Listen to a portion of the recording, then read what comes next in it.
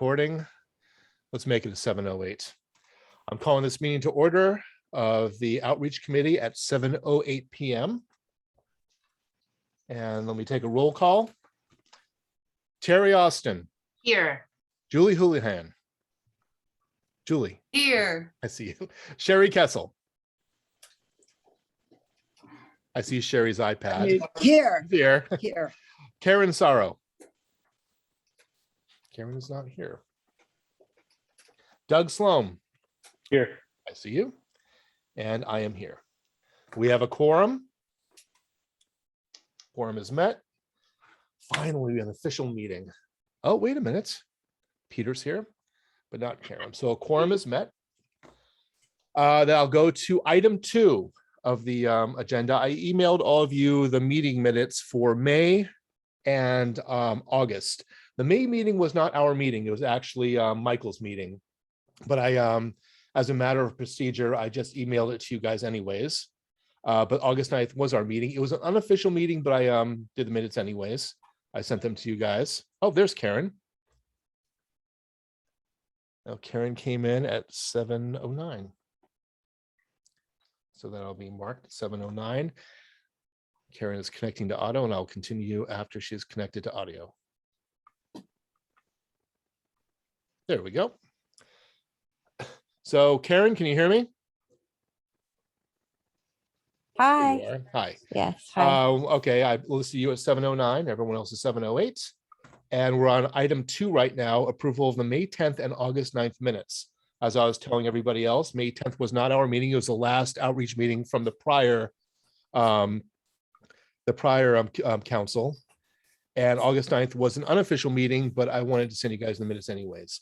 So are there any objections to the minutes that I emailed you several days ago? If there aren't any objections, I will approve them as such. Any objections? Going once, going twice?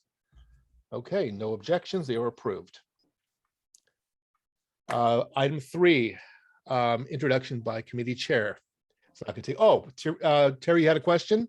I was just going to say, in the minutes, you mentioned the Juneteenth presentation that Erica Fox had worked on. And I just wanted to say I attended and I did the whole walk and it was fabulous. It was great. It was I would great. very much like to be part of it next year. Yeah, that was the one. That was one of the last things Michael De Lazar had to do as the committee chair of outreach. I happened to go there when nobody was there. I thought, well, it's gonna be busy, and I was the only one walking around, but I thought it was fantastic. Yes. I didn't go there at the I right highly time. recommend it to everybody. I learned a lot. So I thought, I'm a history buff, and I learned a lot. It was great. Oh, Excellent. cool. Okay, we'll go to item 3, introduction by me. If some of you don't already know, I'm putting together the committee chair manual for the committee chairs. I'm learning Robert's rules as I go along. I'm not quite affluent enough with it yet. So what we're going to do in this meeting is I sent you the agenda and I put down proposed motions. We're not going to go through the procedure of amendments and voting on amendments, 2/3 votes for this or that or whatever. It's going to be a round table like last time. That's the only part that I'm just going to kind of throw the book away because we're trying to formulate these motions. And that's why I put them on the agenda so you can read them, go over them, check out the links, the examples, and take some notes. And then we'll go back and forth with the committee to try to formulate a motion that we can send to the board at the next meeting.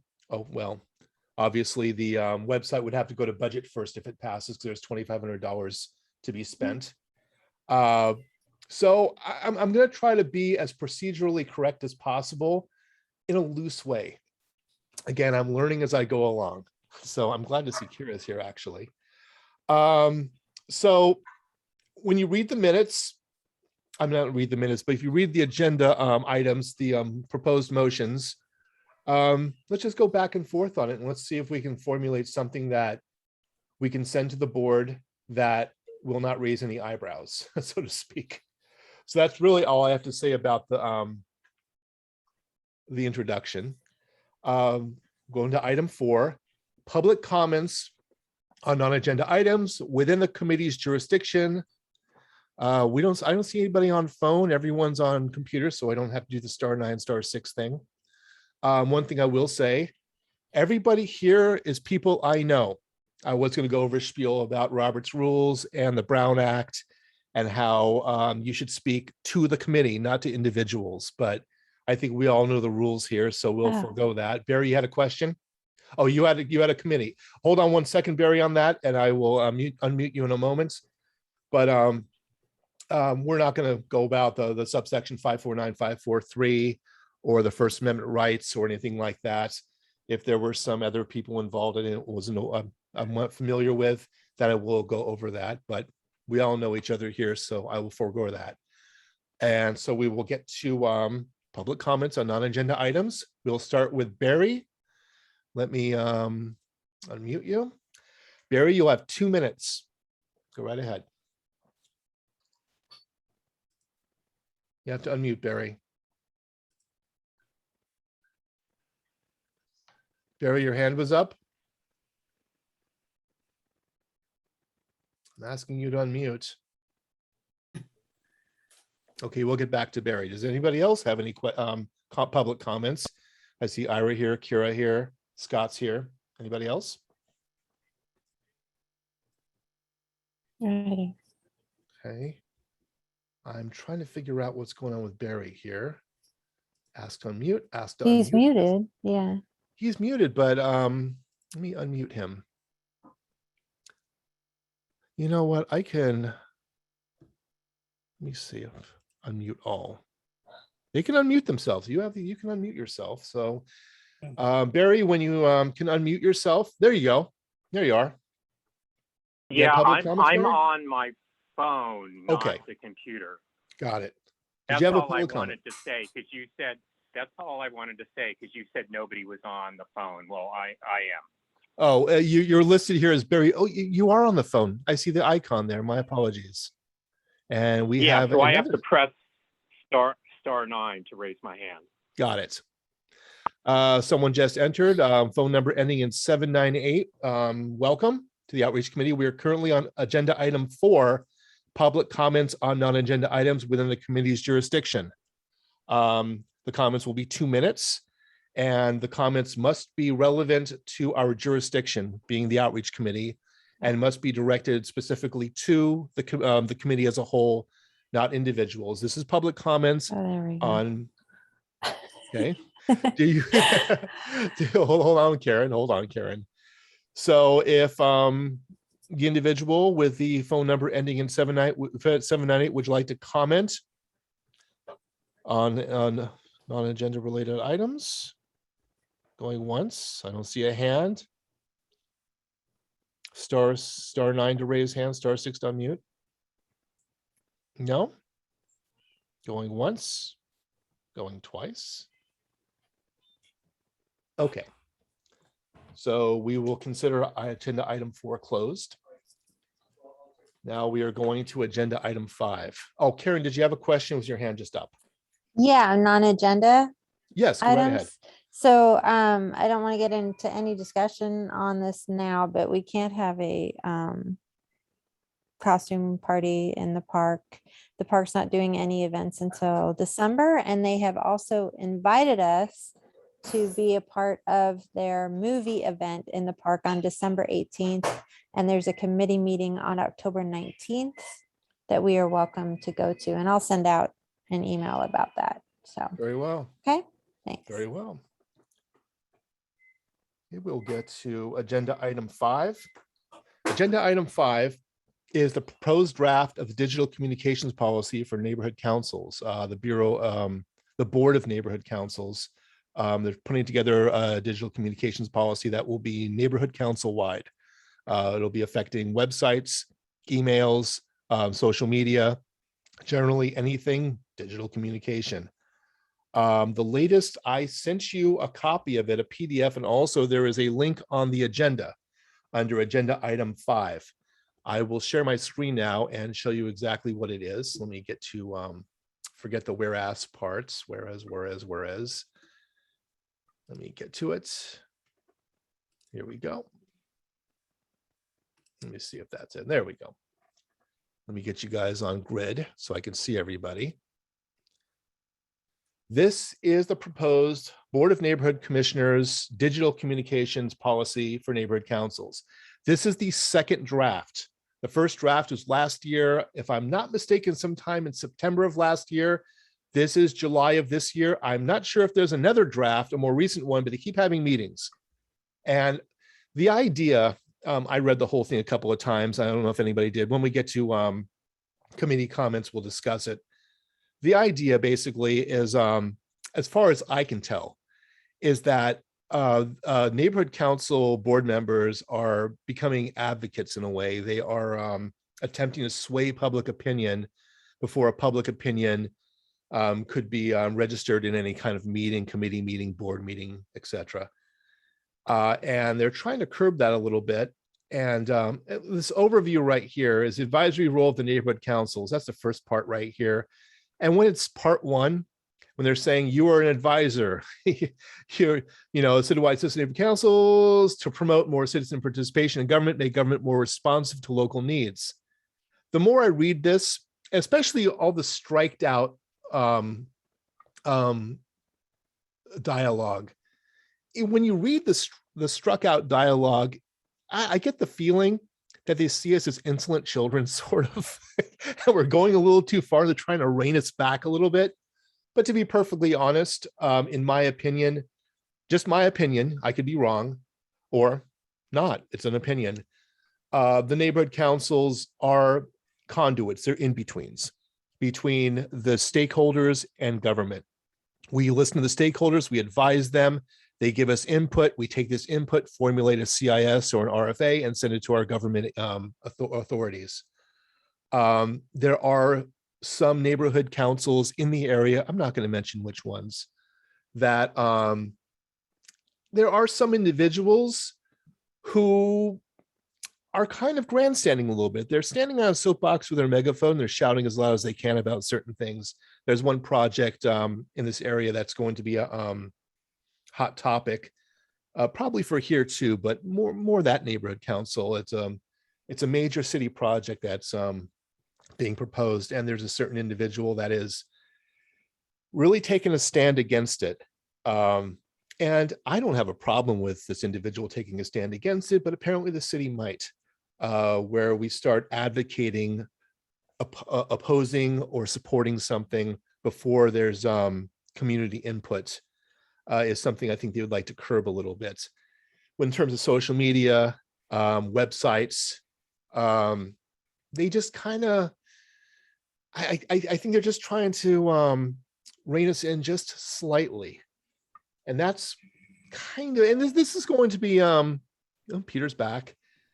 There's a lot of red there's a lot of red text and a lot of struck out text. They're still working on this.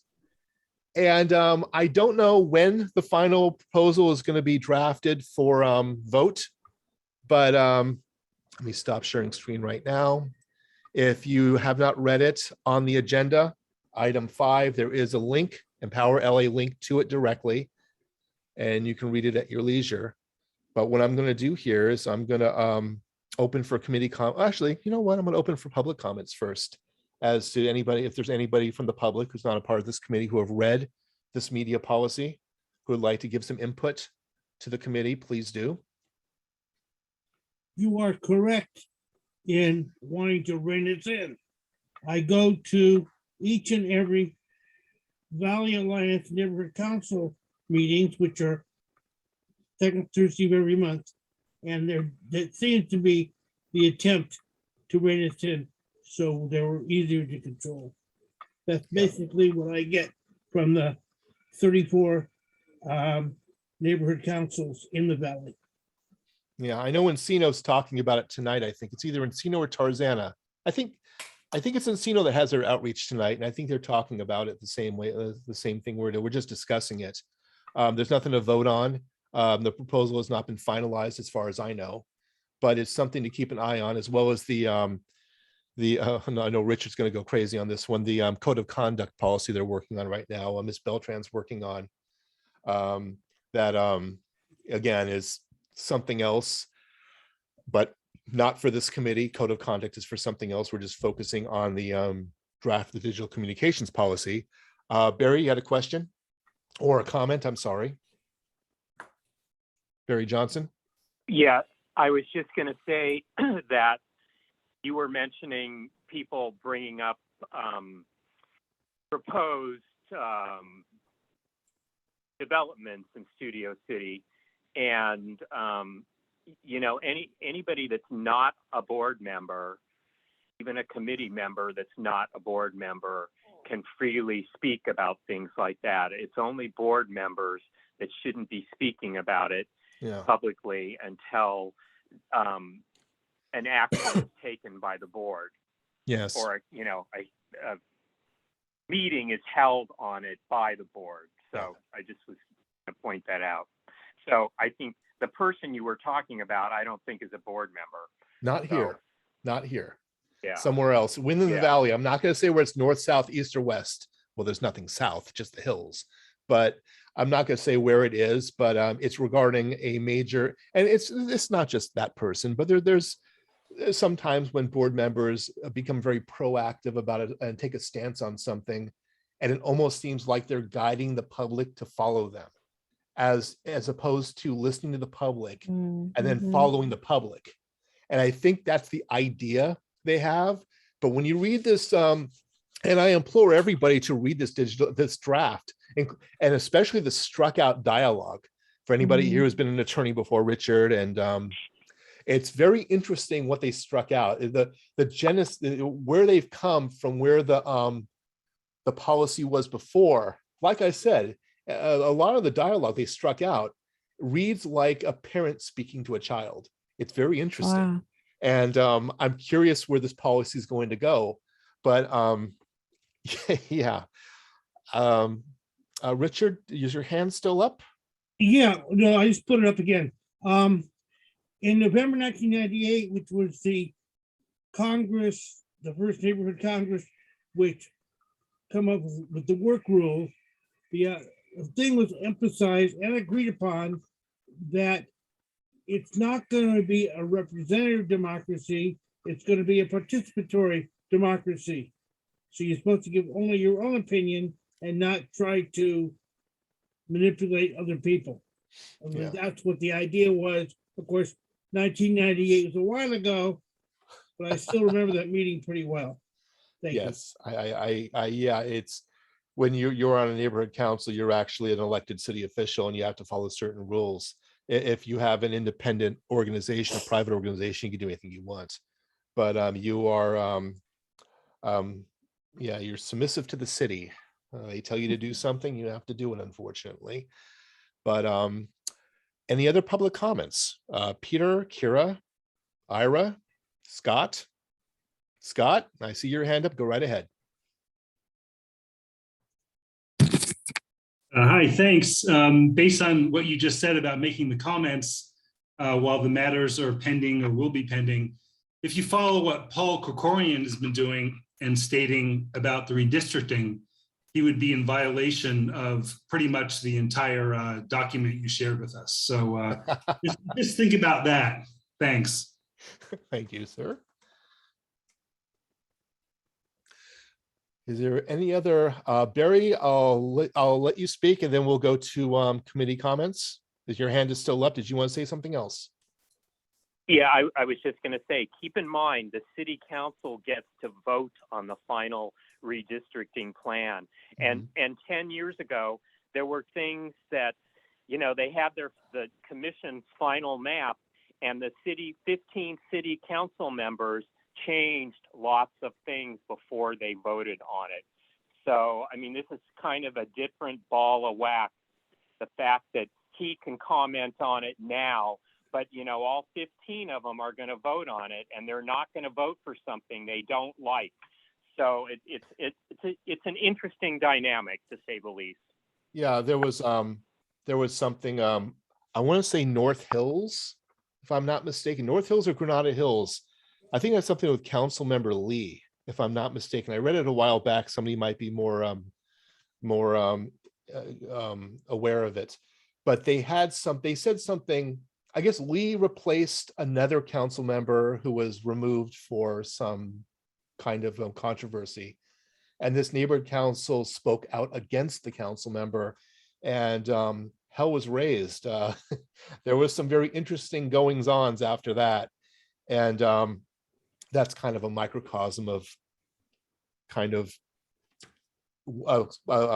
neighborhood council maybe going too far, overstepping their bounds, and the city council putting them in their place. Again, if the constituents, if the stakeholders agree strongly with the neighborhood council, I don't think there's anything can do, but again, that's neither here nor there. That's just me rambling. Let's go on to, are there any public comments before we get on to committee comments? Scott, you had something else? Yes, Englander was put in jail. That's Englander, that's it. That was the controversy. Something about, well, I won't get into it. Yeah, that's what it was. Thank you. Okay, we will end public comments about now. For agenda item 5, we will go to committee comments. I believe it's a toss-up. I will go with Julie, and well, I'll go with Julie then Terry. Sorry, I'll go alphabetical here. My apologies. Go ahead, Julie. For 5. Okay. I have a couple questions. Yes. First of all, the policy, I initially thought it was directed at like an Instagram or a website that would be run by the neighborhood council as a whole, but I feel like you're talking about individual people. Could you just clarify that? In terms of the digital communications policy? Yeah. It applies to all digital communications brought forth by the neighborhood council, such as us, to the public. Any public consumable digital media. That includes Instagram, Facebook, our web page, SMS texting. If there's automatic texting, I guess some neighborhood councils have that. Newsletters that are sent, email blasts. I know Sherman Oaks has a newsletter. I forgot what it's called, but they do that once in a while. Any form of electronic media that is transmitted to the public from the neighborhood council is touched upon in this digital media, digital communications policy. But so as a group, right? So you're talking about individual other people that are advocating maybe on their own personal social media. If you're not on the board, it doesn't matter. They're just talking about neighborhood councils. But if I'm on the board and I want to go on my personal Instagram and say something, that's wrong also. No, These rules apply. No, the digital media policy says you can do that, but you cannot present yourself as a member of the neighborhood council. You can be Julie Houlihan and you could talk about it. Yeah. But if you say you're Julie Houlihan, board member of the Studio C neighborhood council, that's a no-no. You have to take the title, remove the title, and then you may speak your mind on Instagram, Twitter, whatever, but you cannot speak as Julie Houlihan, board member of the Studio C neighborhood council. Right. Then you're representing a city entity. You're representing yourself as a city official, and therefore now there's a whole bunch of things that can happen. So, but as an individual, you can speak. But this digital media policy is only about kind of reining in people taking their board status and applying it to things they want to do. If you want to do things on your own, you can. But according to the digital media policy I was reading, as I interpreted it, you cannot state this with the title of board member of a neighborhood council. You have to remove that. It's almost like you have a job and then you can go do something else, but you can't say, oh, I'm the plant manager of that company and you should listen to me. You can't do that. So you could speak your mind. It's just you cannot use the title of board member of the neighborhood council. Right. So I went, Barry mentioned that neighborhood Congress, or Richard, I can't remember which one, but I did attend part of that a couple of Saturdays ago. I don't know if anybody else was able to tune into that, but there was a great hour-long presentation by Anne Marie something. She's with the Empower and she does social media. Are these the commissioners you're talking about? Eli Littman's team? Is that I don't recognize who you're talking about. This was the neighborhood Congress. Oh, no. They did an all-day like seminar. And this was one of the seminars that she did on social media. And, she was talking about something that I found very fascinating, which is there's only a few people that can even post on social media, right? Because only 1 or to 3 people are going to have access to our accounts. That's also part of this digital communications policy. It's calling for a digital media administrator for every Yeah. neighborhood council. Right now, it's Randy. He's the president. You can, in the absence of an administrator, it defaults to the president. But they're all saying you can also have a digital media administrator that'll hold all the keys. And they're even suggesting that the passwords be shared with the Department of Neighborhood Empowerment. So again, this is still a rough draft. They're not even close to finished with it yet. But yeah. But the interesting thing that I found interesting / horrifying, I guess, but you can't, let's just say you posted, we're having an outreach meeting Thursday night. We're going to talk about this, this, and this. I can't like that. Like, you can't comment or like anybody else's post. So whatever anybody else puts up, do not react. It's crazy. But what I got from her was that it's really supposed to be for information. This is when we're having our meetings.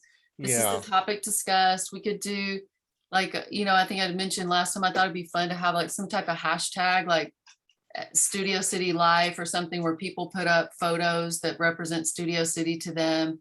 But you're not allowed to like or comment on anything that goes up if you're a board member. And I think that's weird. And I guess it implies collusion in some ways, even if it feels benign. Yeah. But I just wanted to point that out to everybody, that that's a weird rule and it's real.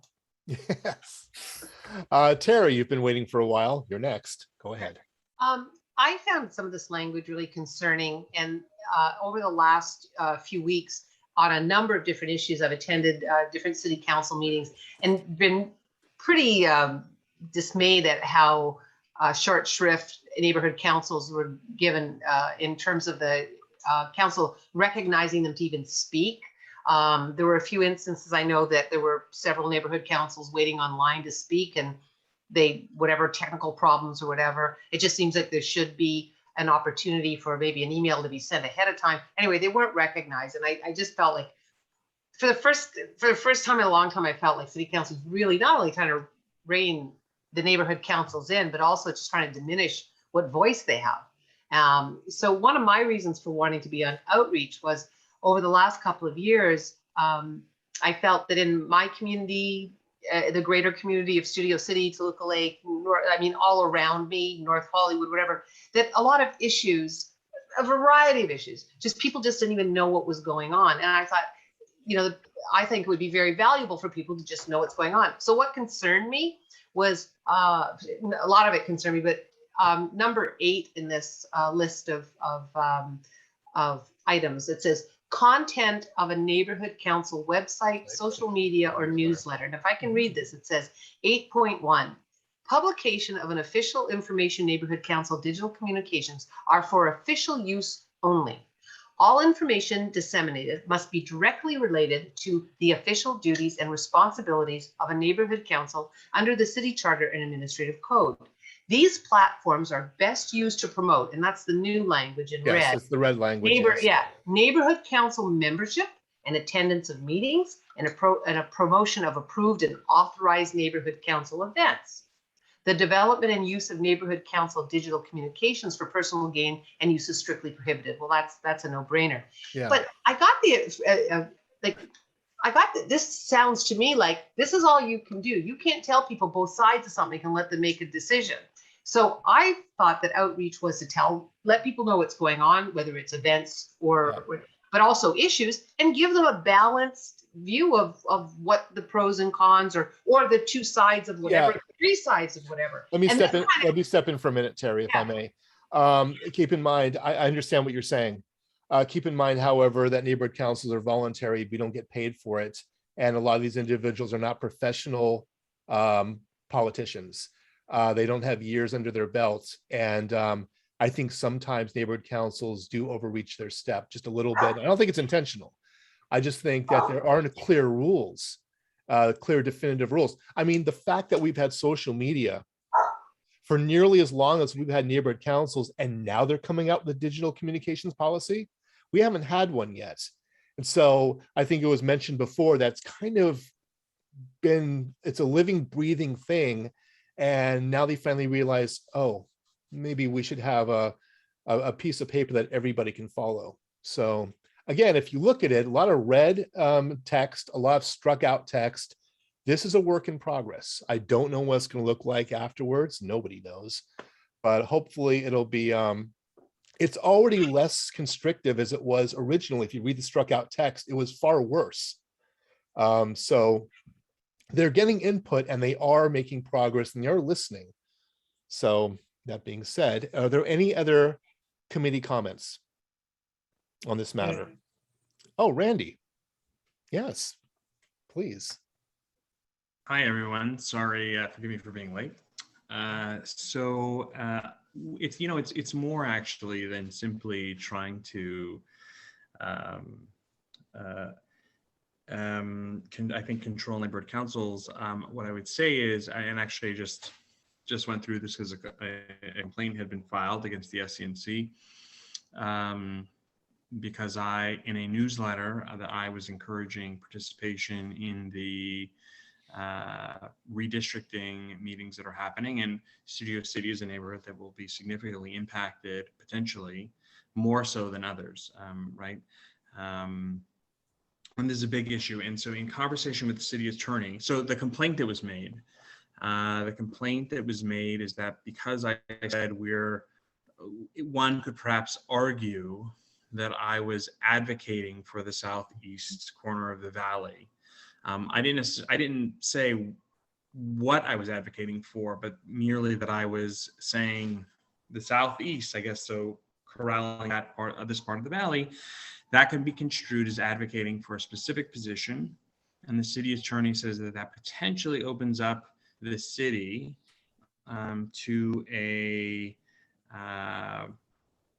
litigation that could be tied to a misappropriation of city funds, because neighborhood councils are not supposed to be promoting any one-sided point of view.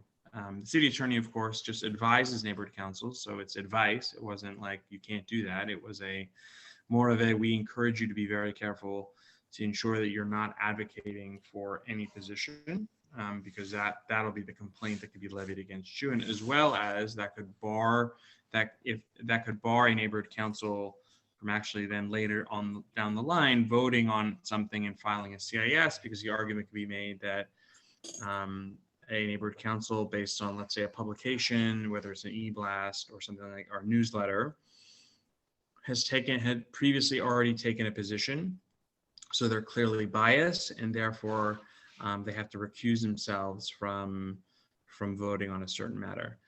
There's a number of neighborhood councils that are dealing with this now with the city attorney's office.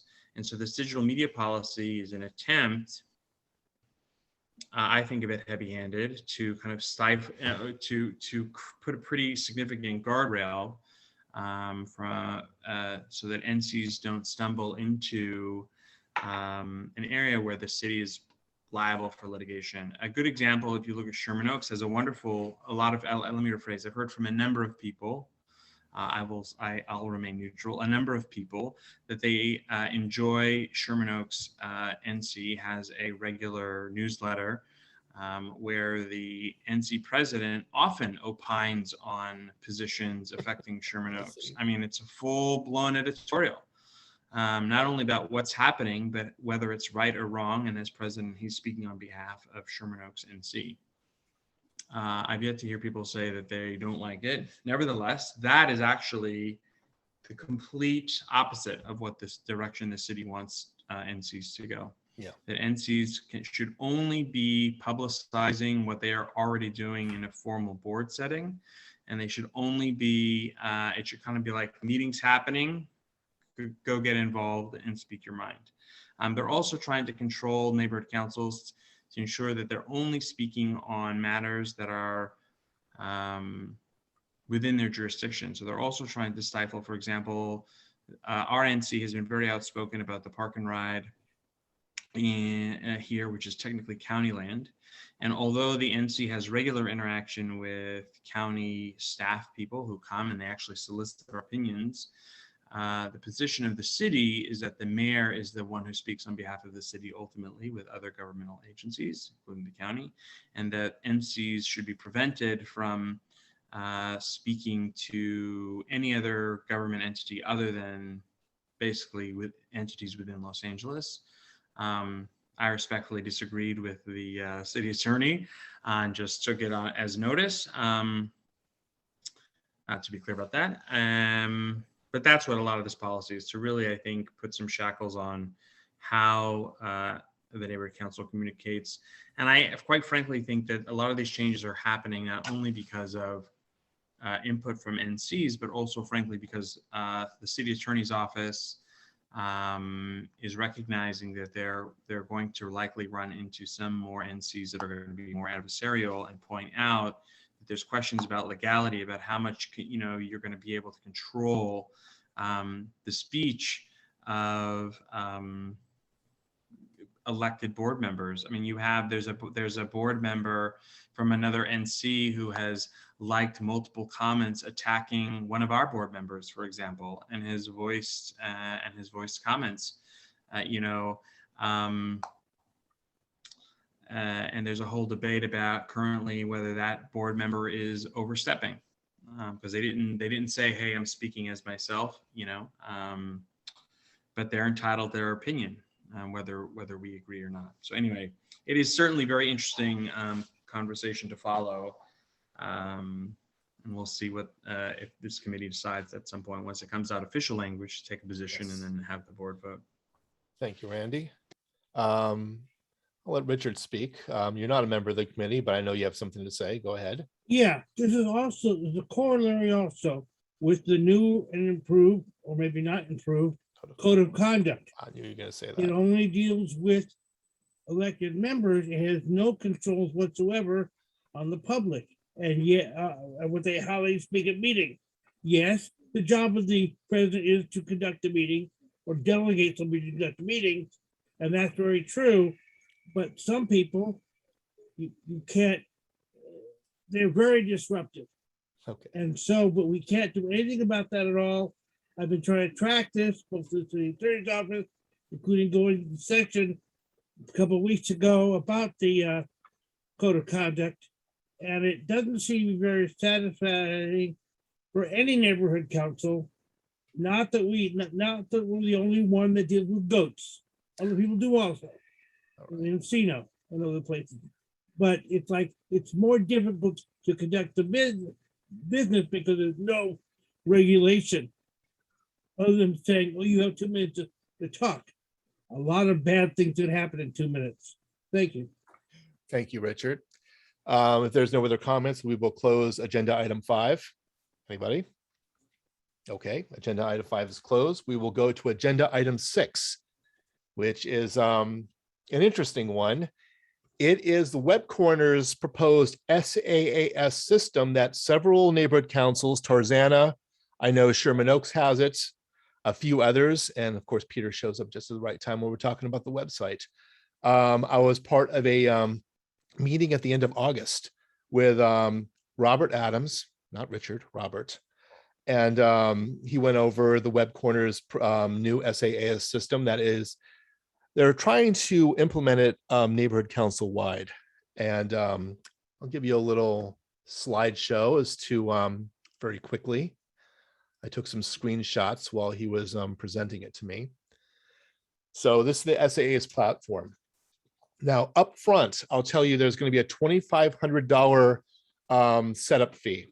Again, it's the Web Corner. They know it's city money. So, but, it's worth something. They do have a lot of work to do to transfer our old setup to the new setup. And it'll be slightly more expensive per month. I believe it's going to be $199 a month. I think we're paying $149 right now. I'm not 100% sure about that, but we'll talk about that in a moment.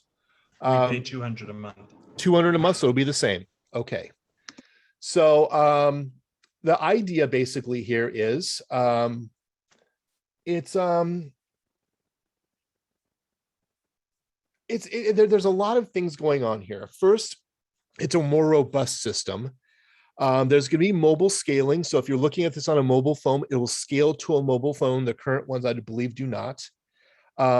If one neighborhood council wants to create a certain module that works for them, say they want to create something on the sidebar specifically for them, it'll be available to any neighborhood council that's part of this SaaS system. A few new features here. If anybody has ever tried to navigate the website, I know Randy has here. I have. I don't believe Scott has just yet, but it is. If there's a learning curve to it, it looks like an old system. It looks like MS-DOS. I mean, really, it's not. It maybe not that bad, but it takes a little while to get used to. And there are some aspects of that we do not have control over. We don't have control over the sidebar. You actually have to call them and ask them to remove something from the sidebar. The new one will have access to the entire site, everything. Sidebar, committee pages. Committee pages will have their own, it'll be like little websites within a website. Let's say I got Scott right here, public safety. When you go to public safety, they'll have a news page that you can scroll down. If you want to put certain stories on the main page and also on your public safety page, you can do that. So if people can go directly to the public safety page and read stories specifically for public safety. Also, meeting and agendas. Let's see what we got here. Again, if you've been on this website, this is quite a bit better than what they currently have. Pages. Let me go to some place. News. Let me see what I've got. Agenda requests. Well, I'll just tell you exactly what I've got here. I'm writing down. The big difference here between what we currently have and what they're asking for is individual committee chairs can have their own admin access.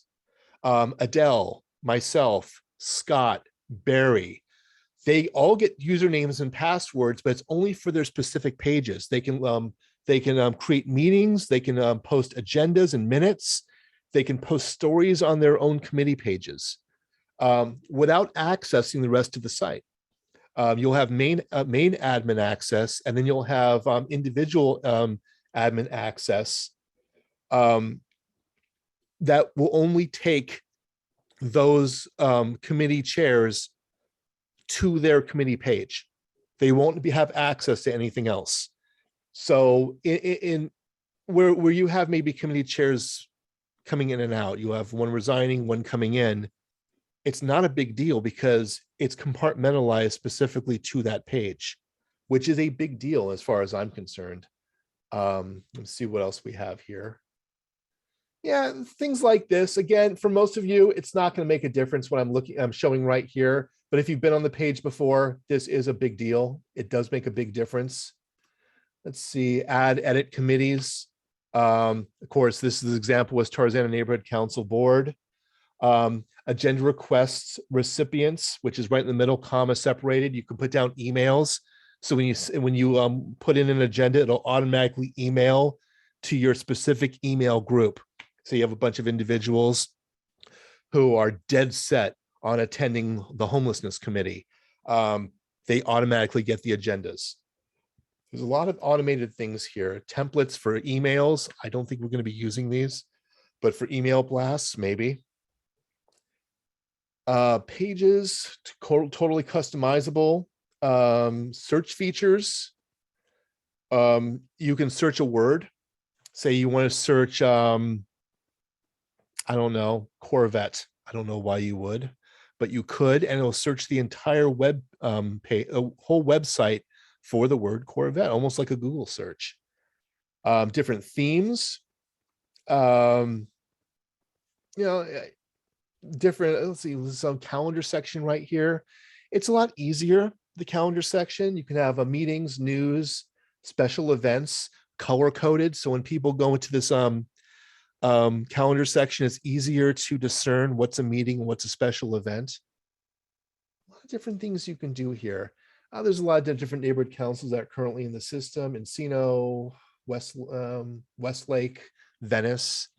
And when I go to their websites, Scott actually mentioned this, to actually go to the websites. I didn't quite ask them what they felt. I didn't get around to that, but the websites are very similar to sort of what we have. It's kind of a similar vibe. It's a little cleaner, a little easier to navigate, but it's the behind the scenes guts. It's the engineering. It's getting in there and making things happen. It's the admin access and what you can do. You have complete control over the entire website.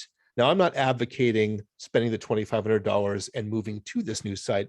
I'm just speaking from someone who has been able to go in there and post agendas and add calendar dates and post like just the homepage just recently, upcoming events this week.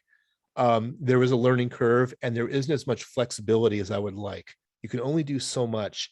And even then, it's a little wonky.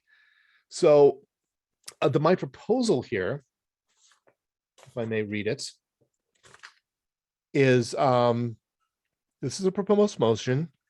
I move that the Board of the Studio City Neighborhood Council approves the adoption of Web Corner's new SaaS system, which brings new features, a selective admin access, operational flexibility, and cross-council module sharing to the SCNC website at the expense of $2,500 one-time setup fee and a slightly higher per month cost, which I will amend to the same monthly fee.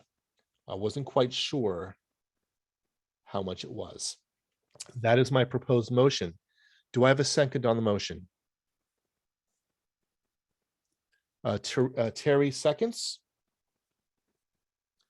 Okay. This motion is now open to the floor for discussion. Let me stop this right here so I can see everybody. Now the motion's been seconded, it is up for discussion. We'll begin with public comments.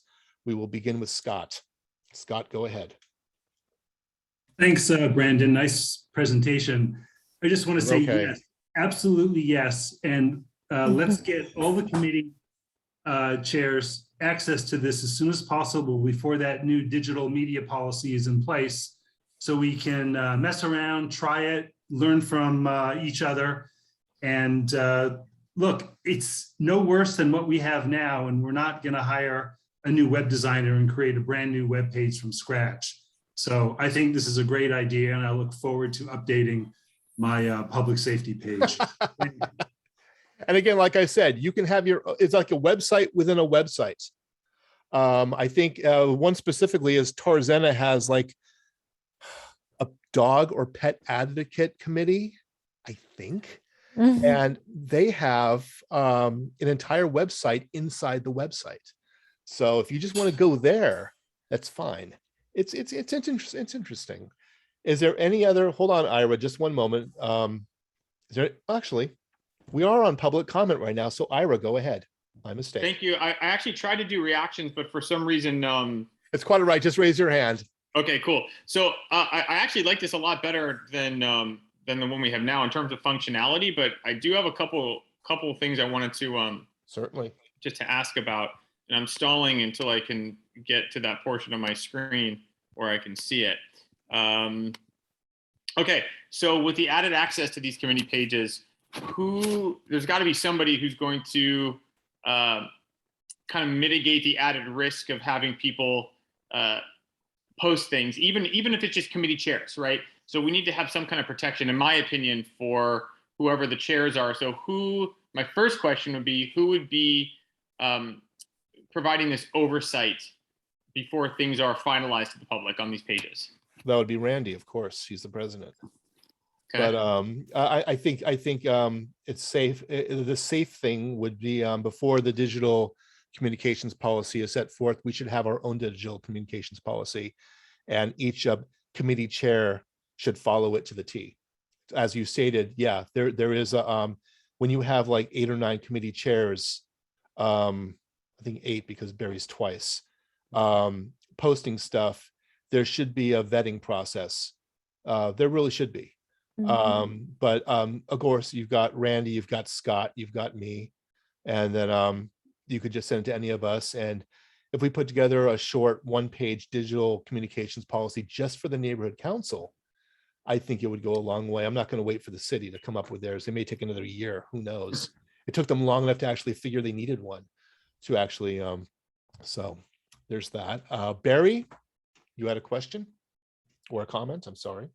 Yes, I agree with Ira, and I think we should ask Web Corner if we go ahead with this, if it can be set up that such that any chair that tries to do an update, when you send it in for submission, it actually goes to Randy before it's released for submission. So a chair cannot automatically do it. There has to be this checks and balance, or, you know, the city attorney's going to be all over us, you know, the first time a committee chair writes something that's not kosher. Yeah, I think that's one thing we discussed, that a succinct digital media policy just specifically for this neighborhood council, governing how committee chairs run their end of the website, that it should be clear cut. And yeah, but that's for a later date. I mean, this still has to go to budget, and we still have to have a budget. So it's going to take a little while before we actually implement this. And when we do, then we will cross that bridge when we get to it. Any other comments besides Ira? Ira has his hand up, but I'm going to go to somebody who hasn't commented yet. Anybody else? Anybody else? Hold on, Julie, your committee. Ira, I'll give you a second shot at this. Go ahead. Cool. So my second question on that was, I think you said, Brandon, that you're creating kind of a guidebook for committee chairs. Well, Randy, myself, and Scott are working on it. I sent out an updated one on the 1st, I think, of October, because I promised it on the 1st of October. So I delivered. It's still updating. I'm still working on it because I'm still I'm actually on this right now, and I'm actually gonna do the best I can in making sure it follows Roberts and it makes common sense. Okay, cool. So the reason why I'm asking, because I'm thinking ahead to future boards. And I know it sounds really obvious, but I think in one of those manuals, I think we should put in a provision for who is going to be passing the baton to future boards. So that way, when it comes time, we already have somebody in place or a position in place to which that's assigned. So we don't have to, it doesn't just fall through the wayside, especially if we're paying, let's just say we're going to be paying $2,500 for it. I hate for it to kind of not be used because it just kind of fell through the cracks. Agreed. Are you talking about administrator, like a web administrator? A web administrator or anybody on the board. It could just be somebody who at the onset is familiar with it. Like, let's just say, Brandon, let's say in 2 years from now, you choose not to run again for a position. You probably would be the person that would be most familiar with this. Maybe Randy would be as well.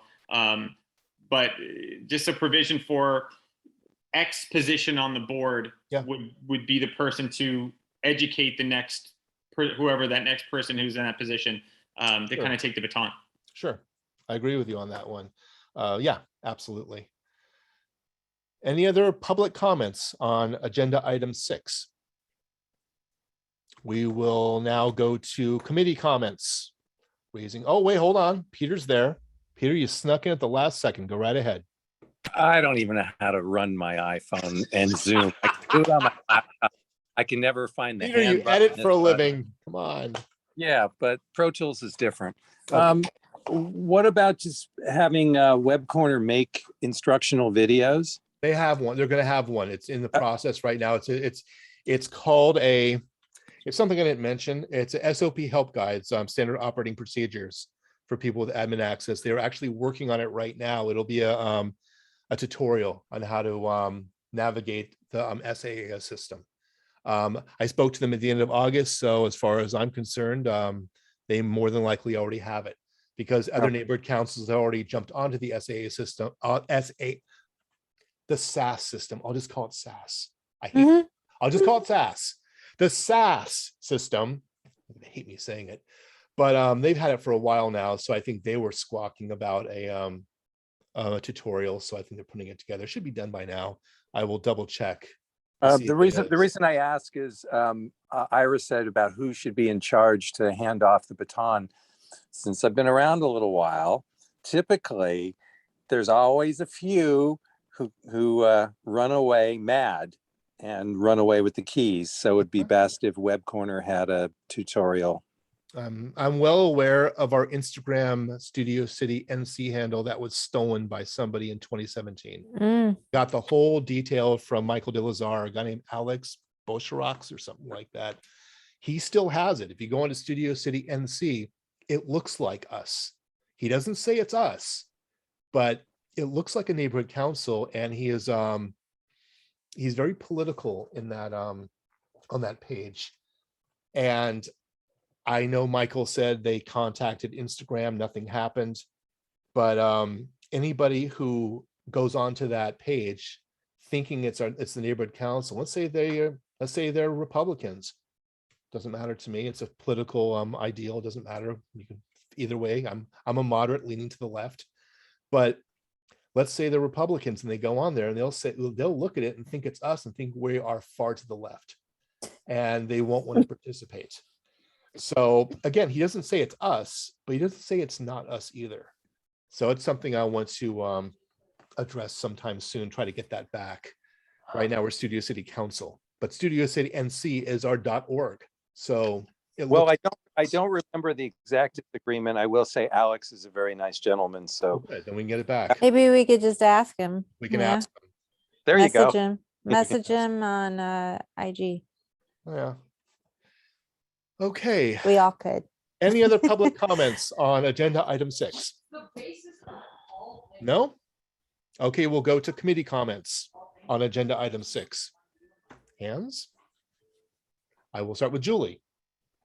Well, maybe we could do, if he won't give it back, we could do a real Studio City NC or official Studio City NC. We'll do that. We'll talk about it another time. Let's talk about the agenda item, please. I just wanted to confirm that with our current webmaster, we can just give them like a 30-day notice and we're done. Oh, no, this is the same guys. It's Web Corner. Oh, it's the same people. It's just an updated format. Think of it as a new operating system on a computer. That's all they're doing. Oh, so they're just adapting what they already have for $2,500. They're transitioning. They're transitioning from one platform to the next. Yes, but it's the same company. Okay, thank you. Yeah. Anybody else? Any other hands? Doug. Right ahead. I'm not sure if we have one of these already or if it's shared by neighborhood councils.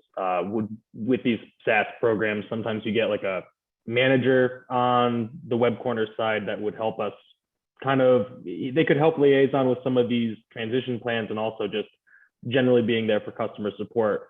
Do we have that, or do all the neighborhood councils share one specifically?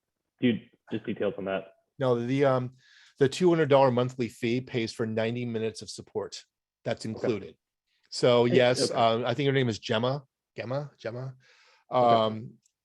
They've slipped up a couple of times over the past couple of weeks. I'm not quite sure. The NC support at webcorner.com has not, when you send the agenda to them, they should automatically put it on the calendar. And there have been a couple of times where I've had to do it myself. Mm-hmm. I might do it for Adele now because she just sent it to them, and I looked on the calendar just before the meeting. It's not there yet. So just again, it's gonna be a special meeting on Monday, so I'm just gonna go ahead and do it tonight and not wait for Web Corner. But again, it's something you can do right now. It's just a little bit of a learning curve, and the new system, committee chairs can post their own agenda if they want to. Though I would suggest, it's on the committee chair manual I'm working on right now, that they send the agenda to myself, Scott, or Randy, just to vet it, just to look at it and see if everything's okay, test the code, make sure everything's right. We've had a couple of agendas from other committees. The agenda from last time with me where the code was wrong. I wish someone had checked it. I didn't. Oh well. But yeah, it's just a process. The agenda should be done 7 days in advance, if feasible, and sent to some of the executives. They can look at it and say, okay, it's good to go. I can post it, but in this case, giving committee chairs the keys to their own website within a website could be a very good thing if it's managed properly. It has been mentioned a couple of times in these comments. So yeah. Okay, as long as we have that direct line to support for someone specifically for us, that sounds great. We absolutely do. Thanks. And the SOP training would help as well. Of course. Anybody Thank else? you. Sure. Any other committee members? Yes, Terry. Quick question, just about that support, given my own experience with this sort of stuff. How is it 24/7? Unfortunately not. Is No, it- they're is not it- GoDaddy. They're not GoDaddy. If you need something done late in the day, you'll probably have to wait till the next morning. Now, if you really, really need something done right away, there are individuals on the board, such as Randy and myself, who can in fact post something for you. Uh-huh. So there is a fallback position where you're not relying completely on Web Corner. And the digital communications policy suggests an administrator, a digital media administrator, who would probably also handle the website as well. So there are multiple avenues to get something posted on the website. You don't have to just email Web Corner and hope and pray they got the email on time. There are several individuals on the board who can do it. Anybody else on the committee? Barry and Peter, I'll get to you in just a moment. I'd like to have the committee comments first before we double back to public comments. Anybody? Nobody? All right. Barry, is your hand up for an additional comment, sir? Yeah, from the beginning in 2002 until May of 2016, no committee or board agenda went out without being reviewed by the president and the vice president and or secretary. It wasn't all three necessarily, but it was at least one always. And we totally got away from that when a new board came on in mid 2016, and we've never gotten back to it. Well, it's a good idea. So it doesn't take a lot of extra work. Just, I'm sure there's quite a few individuals who would be more than happy to. I know Luis at Homelessness Committee is having a doozy of a time putting out his first agenda. I don't blame him. He's excellent at what he does, but making agendas for committees is not one of them. And he's learning quickly. So I had to go in there and change the Zoom code for him. He had 2 different Zoom codes going on, and we got it out in time. So and I've had multiple discussions with Barry about formulating agendas. It's tricky at times. It really is, especially if you have a lot of stuff to talk about. So yeah, it's a good idea to get the agendas vetted first, not for censorship or anything like that, just to make sure it's formatted properly. Who else had a question? Did Peter have his hand up a moment ago? No, he did not. Okay, so is there anybody else who'd like to comment on this? Barry, your hand is still up. Did you not drop your hand? Okay, you did not. Okay, so I will read the motion. I amended it and I removed the higher monthly cost because I was told differently, and our president corrected me on that. The proposed motion, the motion that I'm going to present right now is I move the Board of the Studio City Neighborhood Council approves the adoption of the Web Corner's new SaaS system, which brings new features, selective admin access, operational flexibility, and cross-council module sharing to the SCNC website at the expense of a $2,500 one-time setup. Since this is already, do I have a second on this amended motion? Second. Karen will second the amended motion. Anyway, Lauren just said PC, and I said I'm playing with the phone. Someone's having a conversation in the background. So we will take, so we will take it to a vote. All in favor of this motion? Raise your hands. 1, 2, 3, 4, 5, 6. That would be everybody. It's unanimous. Motion carries. I will now bring it to the Budget Committee, Barry Weiss's team, for approval of the $2,500 fee. And if they approve it, then it will go to the board, but it must go to budget first. We'll move on to agenda item 7. This is satellite postings. Let me close this here. and open this up right here. And what I'll do here is what I didn't do the first time, me trying to follow Roberts. I will talk about the proposed motion first. I'll have a second, and then the motion will be on the floor and I'll present it. This is the proposed motion. I move that the board of the Studio City Neighborhood Council approves the utilization of satellite postings, which are intended to reach out and engage stakeholders where they congregate most. Every effort will be made to avoid postings both within venues having business with the board in the past 3 months and their immediate surroundings. That is the motion. Do I have a second on that? A second on the motion? Sherry? Okay, it is now on the floor. And I will show you, I'll screen share for anybody who hasn't seen it yet.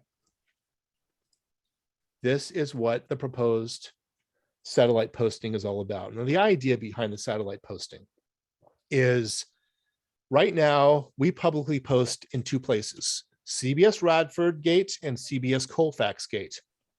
There is foot traffic there, but not a lot of foot traffic compared to other places, say like in cafes or markets or whatnot. The idea of this satellite posting is to get the information to the people where they are most, where they congregate, where they like hanging out. This is a weekly thing right here. It could be a monthly thing. It could be only for the board meeting. It could be a general thing about. No, someone has to mute. Is that you, Karen? Oh, okay. Okay, it's quite all right. This is going to reach out to individuals where they are instead of expecting them to go to our postings. We will bring the postings to them. You still have the Brown Act required postings at CBS Radford Gate and CBS Colfax Gate. This is in addition to that. So you'll have those postings and you'll also have these. Like I stated in the proposed motion, every effort will be made to avoid posting in places that have had business with the neighborhood council. Let's say Sportsman's Lodge. We won't post there. There's still a lot of things going on between us and Sportsman's Lodge. But other places that have not had business with the council, with the board, we could post. And people see it, that we have a QR code. They could scan it with their phone. It'll take you right to the neighborhood council website, or even the specific web pages. And once they're in, they're in. So I don't think these are going to be in the same venues every single month. We will move them around because once the venue has it and people see what it is, we got them, we can move somewhere else. So this is it right here. It's also on the agenda and an addendum, the appendix to the agenda. I will open for public comments. We will start with Richard. Richard, go ahead. Yeah, I hear what you're saying, and I agree with it. I just want to remind you that for the CBS side, basically, you can just drive by in your car and not even get out. The actual showcases are right there by the driveway. Yes, you might block the sidewalk, but you can stay in your car, get the information, and then keep on going. And when you block CBS's driveway for 40 or 50 seconds, I don't think it's gonna make that much difference because they're offset the driveway anyway. Okay. Sure thing. Ira, go right ahead. I like this. I think we should also make it a point to post on the actual council site, Instagram site, and Facebook pages. The last council post, it looks like, if I'm looking at the correct one, it's Studio City Council on Instagram, was January 25th. So I think if we're going to put out physical copies other places, which I think is a great idea, I think we should also make it a point to put it on our social media as well. I agree with you. Thank you. Scott Mandel, go ahead. Thank you. I think this is great. Whoever's going to do it, that's another issue. And the places that will accept the postings. And I would do it quickly before the city adopts a paper media policy in addition to the digital media? Thanks. You never know. You never know. Thank you. Is there any other public comment on agenda item 7 relating to public satellite postings? Ira, your hand is still up, and Scott's hand is still up. Anybody? No? Oh, Kira, you have something to say?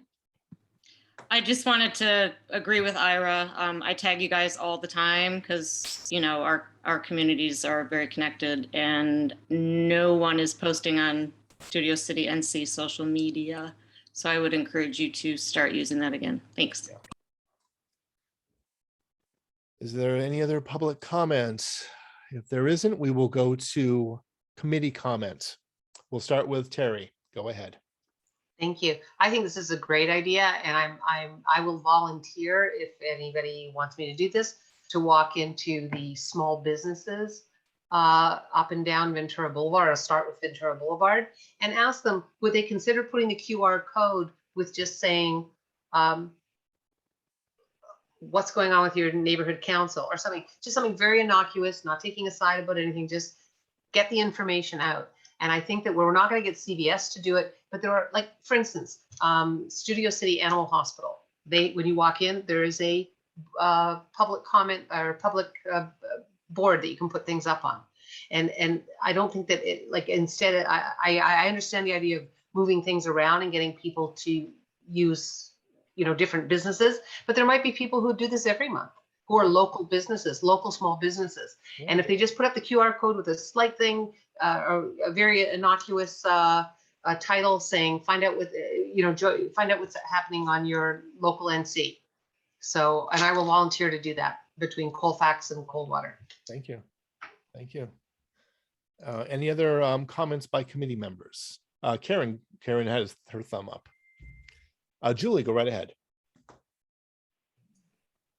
I think it's a wonderful idea. It just sounds labor intensive to me. So I'm wondering how that works. Somebody has to volunteer to deliver these pieces of paper to businesses every week.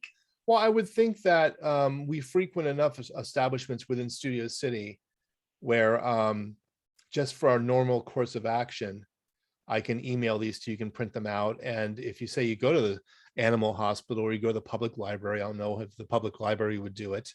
But if you go to small markets or salons or coffee shops and say, listen, would you like to post this for us? It's getting the community involved in their own community. That's really what it is. It's getting them proactive. It's not necessarily a political stance on either side of the aisle. It's getting them involved. And the more stakeholders involved, the better. So through our normal course of doing business over the course of the week, the cafes we go to, restaurants we go to, we can start asking around and saying, is this something you might like to post? Again, it's a neighborhood council thing. It's not an activist thing. It's not taking a stand on any particular issue. It's just informational. If you want to get involved, say you're wondering what's going on the corner of Coldwater and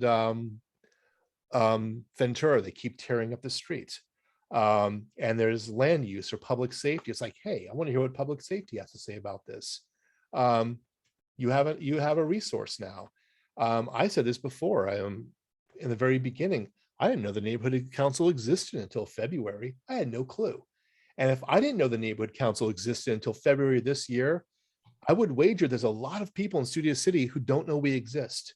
Getting these things out there changes that. They go, oh, it's a neighborhood council, really? And maybe they attend a meeting, maybe they like it and they get hooked. Stranger things have happened. Doug, go right ahead.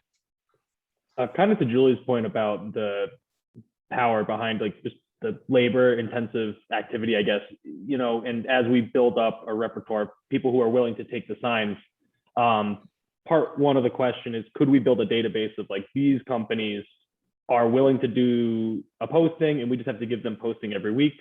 And then two, would we just say like, Terry, this week you're in charge of handing out the postings from Colfax to Coldwater.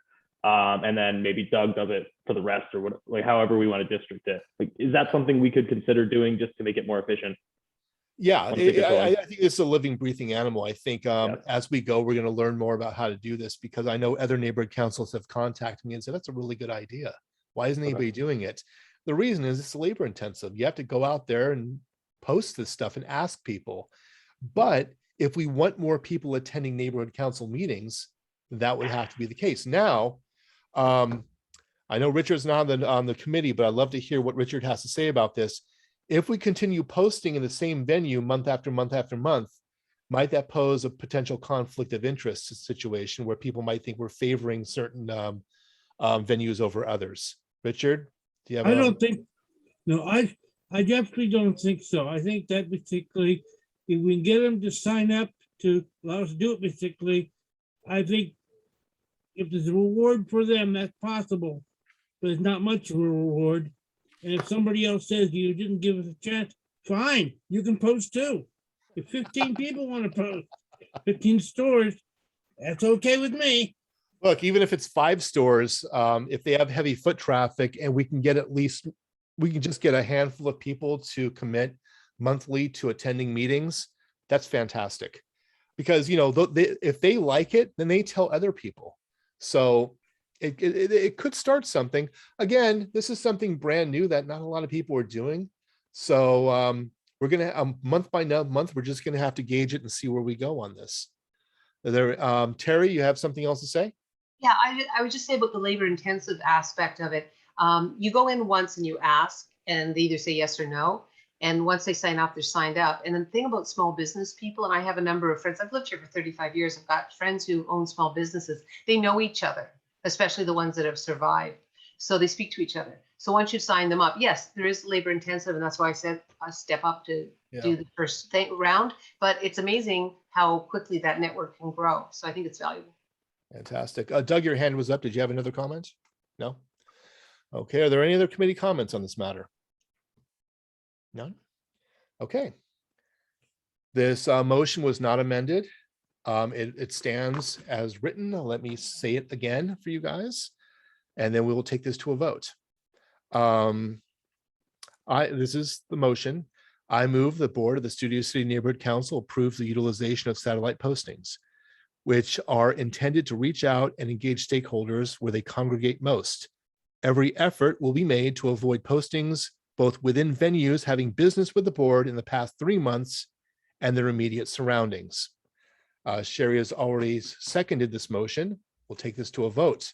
All in favor, raise your hands. 1, 2, 3, 4, 5, 6. It's unanimous. The motion carries. And we will move now to the final item. We're at 8:25. We're making decent time. The final item will be agenda item 8. Let me close this and bring this forward. Now, this is something we were going to talk about earlier. We never got around to it. This is the proposed motion. I move the board of the Studio City Neighborhood Council approves the adoption of a multi-platform social media posting plan of action that will intensely focus on the necessary information about public services, Studio City history, and SCNC events. That is the motion right there. Well, I'll keep reading it. Utilizing graphics and colors to engage stakeholders in a politically neutral manner and encourage the online sharing of the posts. This multi-platform plan is in line with a proposed digital communication policy set forth by the Board of Neighborhood Commissioners. That's why I brought that digital communications policy up first, because agenda item 8 is directly related to it. Let me share some ideas I had. I put these in the back of the agenda, but I will share them for you regardless. I know Karen in her cultural affairs meeting and Adele in her sustainability meeting this week talked about social media postings. I'm thinking the digital communications policy is probably going to be approved. It'll be a little more strict than it is right now. And we're going to have our hands tied as to what we can and cannot post. So to remain as neutral as possible, example 1, the simple color splash, that's homelessness. I just put in text right there. There's nothing I could have put down because it's not my field of expertise. Example 2 is historical intel about the first racially integrated firehouse in Los Angeles. One of them was 78, our very own 78. Example 3 is about the Studio City Neighborhood Council itself, maybe how Studio City developing, land use committee meets the second Wednesday of each month, get involved. And 4 is information about city services like My LA 311.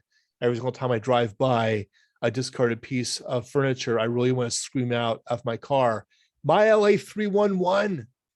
They'll pick it up for free. You already pay for it. It's your DWP bill. Anyways, regardless. So this social media posting endeavor is safe enough where if the digital communications policy is enacted, even more stricter than it already is, we'll have plenty of room to spare. So this is what I'm proposing we do. I will have to speak to Randy about getting the username and password to both our Facebook and Instagram pages. And I did not think about using Nextdoor. I don't want to touch that thing, really, please. I don't want to touch Nextdoor. I don't want anything to do with it. Just Facebook and Instagram and maybe Twitter. I don't know about Twitter. We do have a Twitter page, but we could put it on Twitter as well. So that is a presentation. Agenda item 8 is now open for public comments. Any member of the public wish to speak about this agenda item? Ira, go right ahead. Super cool. I dig that. Aaron had a little bit to do with it. What was that? Aaron had a little bit to do with it.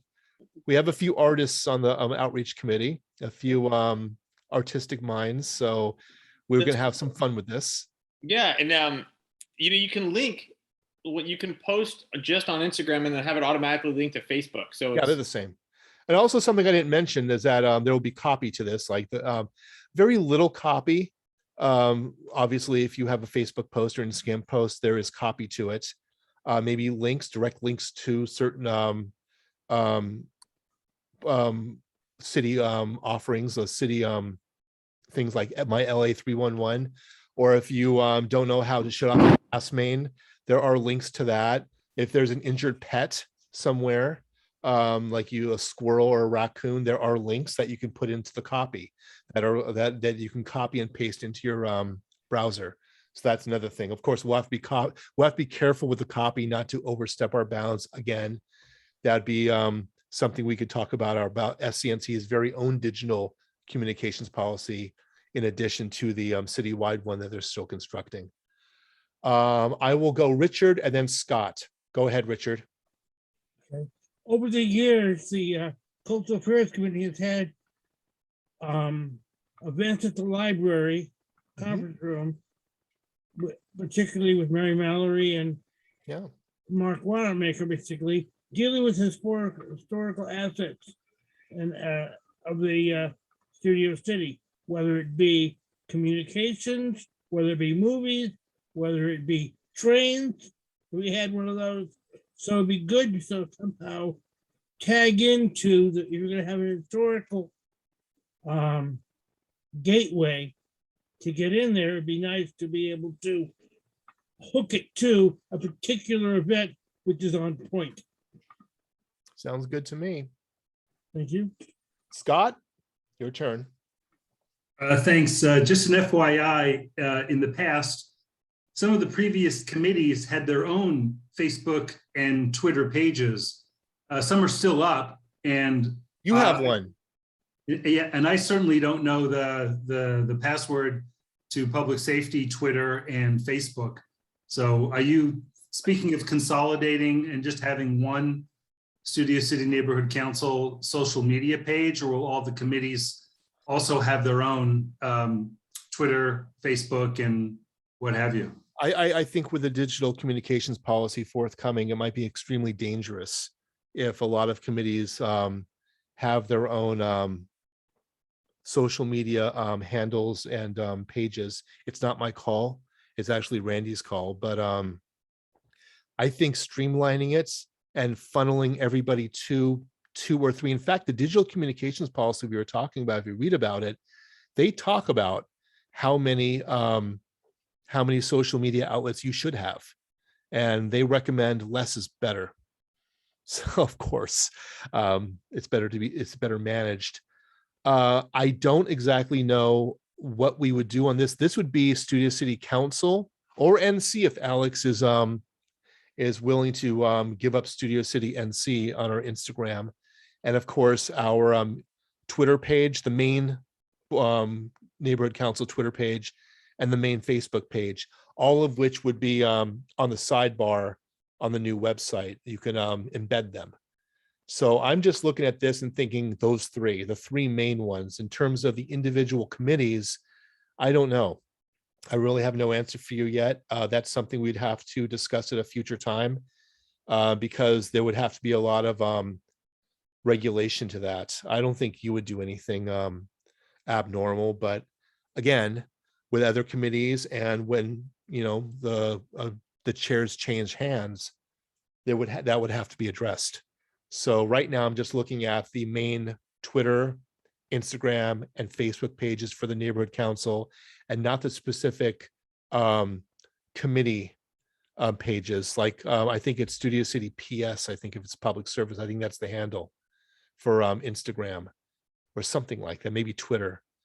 I'm not sure about that. I would have to get back to you. Any other public comment? Richard? Yeah, I understand the importance of the electronic media, but you also have every year on the Boulevard magazine, which covers Studio City or City magazine, always gives me the photo spread for the Luminaria. We're not cutting out the actual print glossy magazine media, are we? I hope not. No. It's just that print media, if it's donated, that's great. But print media is quite expensive. For a quarter page or an eighth of a page or a half a page, it gets very pricey if it's black and white or well, we've always gotten freebies. That's fine. If it's freebie, that's no problem. If this will be in addition to anything that happens there, if that's every single year, we're not cutting that out. I mean, this would be specifically for outreach. If Cultural Affairs has a deal with On the Boulevard magazine, it's got nothing to do with outreach. It's got nothing to do with the social media. What I would like is perhaps if you have the graphics already spelled out for that we can also post those graphics as a social media post as well. So you'd have the main print and a digital copy of that print on Instagram, Facebook, and Twitter.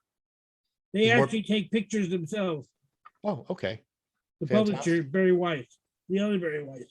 Oh, okay. Yeah. Okay. Anybody else? Any other public comments on this matter? No? Okay, we'll go to committee comments on agenda item 8. Hands? Nobody? Oh, Julie, there you are. I was looking at the sidebar to see a little hand go, but I looked to the left. You're like, go right ahead, Julie. I just want to give you lots of support and say that I think it looks great and it's perfect. I think that's exactly what we should be doing. Excellent. Thank you. Karen and then Teresa. Yeah, I just want to say they look great and I agree with Julie. Yeah. Now, if you guys have ideas, we have a lot of artistic minds here. If you have some ideas on posting, these would be like 10 by 10 at 150 DPI. Some people are like, what's that? But some people know exactly what I'm talking about. That could be posted on Instagram well, and it translates to Twitter and Facebook well. If you guys have some ideas, I know Kira down there is really into homelessness. She knows everything about the homeless situation in this area. If she has some ideas to bring to the outreach committee, and then we can post some things. If you have some ideas about color selections or graphics, things like that, please bring them forward. The more, the better. The more ideas, the better. Terry, go ahead. I just want to echo Julian, Karen's comment that I think it looks really great. I think that it grabs people and it tells them exactly what they're looking for. And good job. Thank you. Thank you. Okay. One more thing. It would be great, basically, if there's some mechanical rules involved. You're going to have a picture, you must have a 200-line screen, or you must have so many DPI, or something like that. So we have some sort of standard thing. Works on cell phones, works on big screen basically, and works on people who want to print out copies. Just an Yeah. idea, might have some sort of Yeah, standards. generally 10 by 10, 150 DPI seems to work well for me on Instagram. Usually 300 DPI is minimum for printing, but you don't want the files to be too big, and sometimes they're kicked back if they're too big. So yeah, who did we just lose? Barry? No? Peter? Anybody else? Any other comments? Julie, you again? Go ahead. Just one more, sorry. Sure, go I ahead. just wanted to say, you were talking about adding to it. I would just say, let's not forget photos, because I think it's great to have photos at various Absolutely. events or life in Studio City type things. Absolutely. Yeah. Absolutely. No question about it. Any other committee comments on agenda item 8? Going once, going twice. Sherry, go right ahead. You have to unmute yourself, Sherry. Can't hear you. There you go. Go right ahead. Unmute. Okay. What I was going to say was that I think it's a great idea. I completely agree that you can't have all the councils putting stuff in. It has to be honed in to just, to the main group. But I think the way that it's set up looks great. And I'm wondering if you also could, you could incorporate like charitable organizations or things like that into it, maybe. I don't know. That will depend on the digital policy, the digital communications policy. In terms of charitable events, if they're local, I don't think there would be a problem. But when we would be dealing with, let's say that, like, for example, you know how I'm really into street racing, anti-street racing. Yes, absolutely. So, and I know that there's like a committee, I guess it would be I don't know which committee. That would be Scott's committee, Scott Mandel's public safety committee, yes. Right. So, like, let's say that Street Racing Kills, which is an organization that I'm involved in.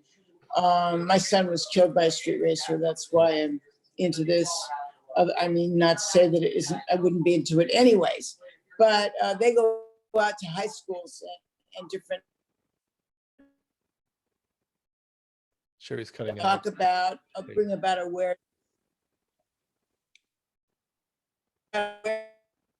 Illegal street racing. So if that, like, in 1 week or something, if they wanted to do a fundraiser, the city would publicize it there. Yeah. That's my question. Yeah, I don't think there would be any objection to that at all. Except people have like Pep Boy special M3s who like going in 150 miles an hour down Ventura. They might have objections to it, but hey, well, what are you gonna do about them? Any other comments from the committee? Okay, I'll read the motion again. Did I have a second the first time around? I don't think I did. Did anybody second it? No, I have to do it. Okay. Let me read the motion again. Again, I'm learning Robert's rules, so please bear with me. Next month, I'll be perfect. I move the Board of the Studio City Neighborhood Council approves the adoption of a multi-platform social media posting plan of action that will intensely focus on necessary information about public services, Studio City history, and SCNC events, utilizing graphics and colors to engage the stakeholders in a politically neutral manner and encourage the online sharing of the posts. This multi-platform plan is in line with the proposed digital communications policy set forth by the Board of the Neighborhood Commissions. Do I have a second on this motion? Julie? Okay, let's go for a vote. We'll go a hands vote because there's only 6 of us. All in favor of agenda item 8, this motion? Use your hands. 1, 2, 3, 4, 5, 6. It is unanimous once again. Motion carries. We will get to agenda item 9. We're running a little late, but we were 5 minutes late to start. Comments from committee members on subject matters not listed on the agenda, but fall within the committee's jurisdiction and possible future agenda items. Do any members of the committee have anything to add that we can have on a future agenda? I know Terry was looking at perhaps street banners, but Again, I'm distracted by Sherry's cat behind her. Does anybody have anything? Any ideas for future agenda items?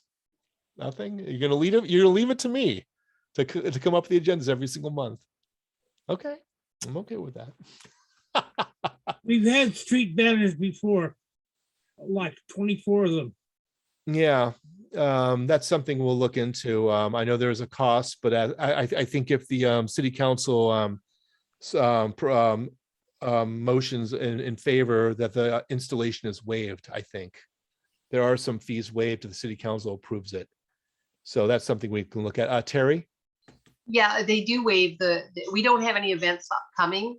So until we have something to ask for, there's no movement on that. Oh, okay. Got it. Anything else? Nobody?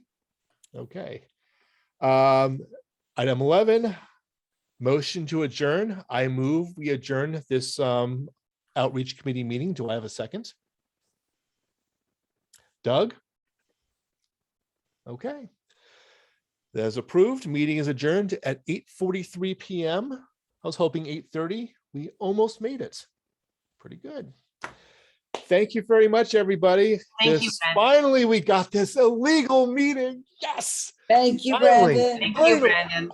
Well done. All right, Thank you. guys. I'll give you Thank you updates. so much. All right. You guys have a good night. You too. Bye. Bye. Bye. All right, how do I leave? Leave.